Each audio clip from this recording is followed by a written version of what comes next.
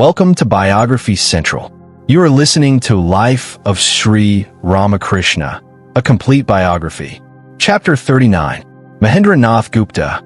It was in March 1882 that Mahendra Nath Gupta, better known as Master Mahashay or M, first met Sri Ramakrishna. He was a Brahmo by faith and the headmaster of the Vidyasagar High School at Shambazar, Calcutta. One evening, accompanied by a friend, he came to visit Rasmuni's temple garden. Wondering at the beauty of the place, he stopped before Sri Ramakrishna's room. The master was on his cot, and the devotees were sitting on the floor, listening to him. Mahendra was charmed with what he heard. Everything about the place appeared beautiful to him.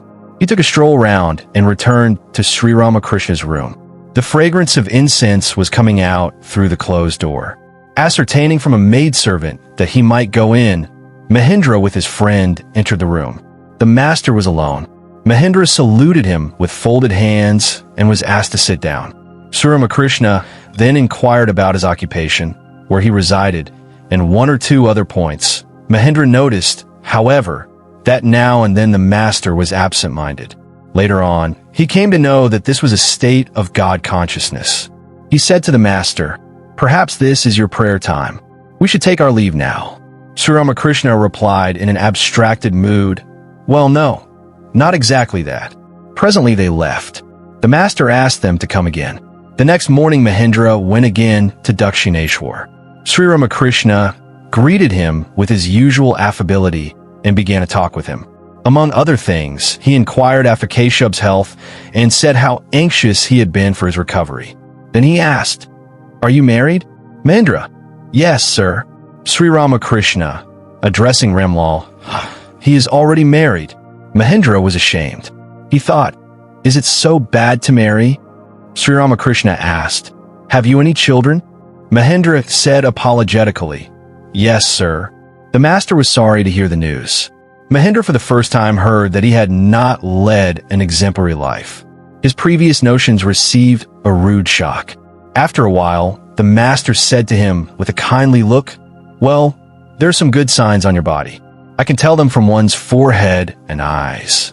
"Well," he added after a pause, "what do you think of your wife? Is she possessed of attributes leading Godward or the opposite?"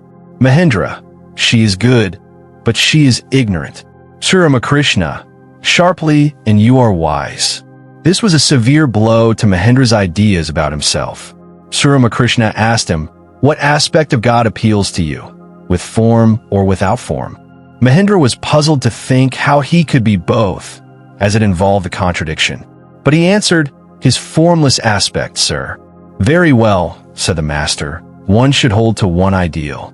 It is excellent that you believe in the impersonal God, but you must not have the idea that your view alone is right and all others are wrong. You must know that both aspects are equally true. You stick to that one which you like." Mahendra was surprised to hear this. Nevertheless, he argued the point. Mahendra, taking it for granted that God is with form, he cannot of course be the clay image? Sri Ramakrishna, interrupting, "Of course not. He is embodied consciousness." Mahendra, "Well, sir, is it not our duty to make it clear to the image worshippers that the clay image is not God? That they should worship God in and through that image?" Sri Ramakrishna, "Bah, it has come to be the fashion with you Calcutta people to lecture and teach others. Why don't you teach yourselves first? Who are you to teach others? The Lord of the universe will look to that. The Lord who has created this world, who has made the sun and moon, man and beast. He has provided for the subsistence of his creatures. He has created parents who love their offspring. He will do the teaching. He has provided for so many things. And will he not arrange to bring men to light if need be? He is the inmost self of all. And if there has been anything wrong in worshiping the clay image, does he not know that people are thereby calling on him only? He will be satisfied with that very form of worship. Why do you trouble your head about that? You had better try to attain knowledge and devotion yourself." These animated words touched Mahendra's heart and conquered his egotism. This was his first and last attempt to argue with the master. "Sri Ramakrishna, you were referring to the worship of a clay image. Even that has its use. It is God who has provided for so many forms of worship. He has made all this to suit different grades of aspirates. The mother prepares different kinds of food for her children according to their power of assimilation. A mother has 5 children. A fish has been brought, and out of it she has prepared several dishes to suit different stomachs. For one, she has cooked paleo, which is a very rich dish. For another, a sour preparation. For a third, a hot curry. For a fourth, fish fry, and so on, according to their taste and capacity to digest. Do you see the point? Mahendra was convinced. He then asked how one might turn one's mind to God. Sri Ramakrishna, one must constantly take the name of God and sing his praises. One should also associate at intervals with genuine devotees or monks. The mind is not inclined to God if one lives always in the world, amid worldly pursuits. It is extremely necessary to resort now and then to solitude and meditate on him.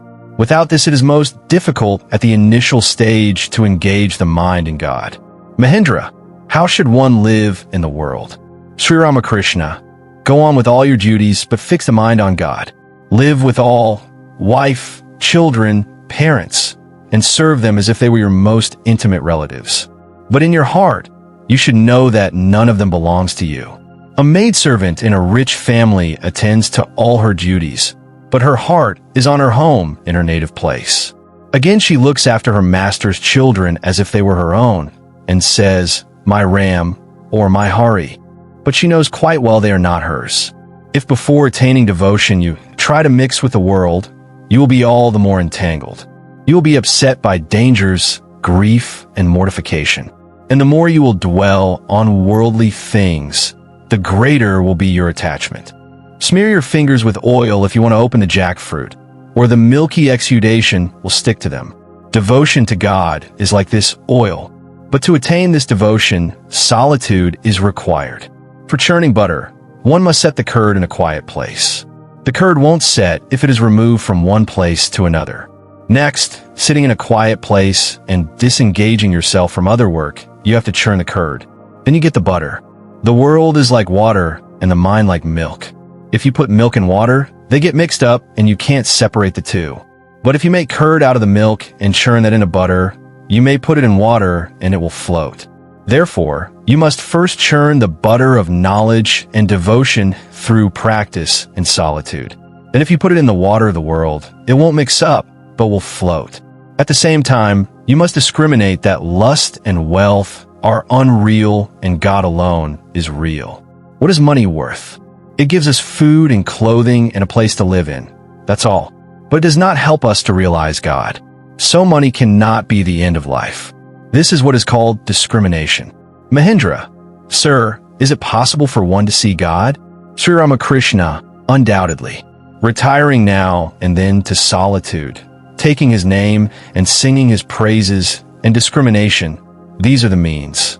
Mahendra, under what circumstances can one see him? Sri Ramakrishna, one can see him if one weeps for him with a great intensity of heart. People shed jugfuls of tears for their wife or children or for money, but who cares to weep for God? One must pray to him with the required degree of intensity. The master then burst into a song. Pray to her with real longing and see if you don't realize her. After this, he continued, as soon as you have this yearning, it means that the rosy dawn is already in sight and the sun will soon be up. Immediately after yearning comes realization. The thing is, we must love God as a mother loves her child, as a devoted wife loves her husband, and a worldly man loves his property. If one's love for God equals the sum total of those three, one can realize him. We must pray to him with a yearning heart. The kitten knows only how to mew. It remains whenever its mother places it, sometimes in the kitchen, sometimes on the ground, or sometimes on a bed. When it feels pain, it only mews. It knows nothing else. And the mother comes from wherever she may be, attracted by this mewing. Next Sunday, Mahendra went again to Dakshineshwar. He could think of nothing but Sri Ramakrishna since his last visit. The master was talking with Narendra about seeing God in everything and of different types of men, paying a tribute to those who never get attached to the world. This day, Mahendra was blessed with a sight of the master's samadhi. The next day, he came again. And as he stepped into the room, Sri Ramakrishna said with a hearty laugh to Narendra and others, "Well, a peacock was given a dose of opium at 4 o'clock. The next day it appeared again precisely at that hour. It was under the spell of opium and came for another dose." Laughter. The master then began to joke with the boys, making them rock with laughter. Mahendra wondered if this could be the same man whom on the previous day he had seen immersed in samadhi. Presently, the devotion of Hanuman was discussed, and Sri Ramakrishna, in the course of singing a song on that subject, fell into samadhi. After some minutes, the tension slackened, the body lost its stiffness, the face became smiling, and the senses resumed their functions. He was uttering the sweet name of Rama, and tears were trickling down his cheeks. All these various changing moods of the master puzzled Mahendra. Mahendra soon became one of Sri Ramakrishna's most devoted disciples and tried to be present wherever the master was. He began to take notes of the master's conversations and was instrumental in introducing many of his students and relatives to Sri Ramakrishna, thus changing their lives. Not only did he frequent Dakshineshwar, but at one time he spent many days there practicing religious exercises under the direct guidance of the master. Mahendra's intimate relationship with the master can be realized from the following words which the latter addressed to him. "Mother shows me everything beforehand. In the Panchavati, I saw the Sankirtan of Sri Gauranga. In that procession, I think I saw you as well as Balaram. I have come to know who you are by listening to your recital of the Chaitanya Bhagavatha. You are my own group, of the same stuff like a father and his son. So long as you did not come here, you forgot yourself. Now you will know your real nature. The Lord himself comes in the form of a guru and teaches everything. The naked one, Totapuri, told me a story. Once a tigress attacked a flock of goats. A hunter saw her from a distance and shot her. She was with young and gave birth to a cub as she expired. The cub grew up with the goats and learned to graze and bleat like them. It even ran away like them when attacked by an enemy. One day, a huge tiger came upon the flock as it was grazing. To his surprise, he saw a tiger grazing with it. Disregarding the goats, he seized this tiger, which began to bleat and try to run away. Dragging it to a pool of water, he said, "Look at your face in the water. See, it is like mine." Then he forced some meat into its mouth. At first it refused to eat it, but when it got the taste, it ate. Then the strange tiger said, "You have been living with goats and grazing like them. Shame on you. Grazing is being satisfied with lust and wealth, and bloating and fleeing like the goats is behaving like vulgar people. To go away with the tiger means to take refuge in the guru who illumines the heart, and to know him as one's very own. To see the face truly reflected in water is to know one's real nature." Seeing Mahendra's rationalistic turn of mind, Sri Ramakrishna would warn him against vain disputation. "It is no good arguing too much," he said. "First, God, and then the world. One can easily know the world after realizing God. Therefore, I say, do not argue anymore.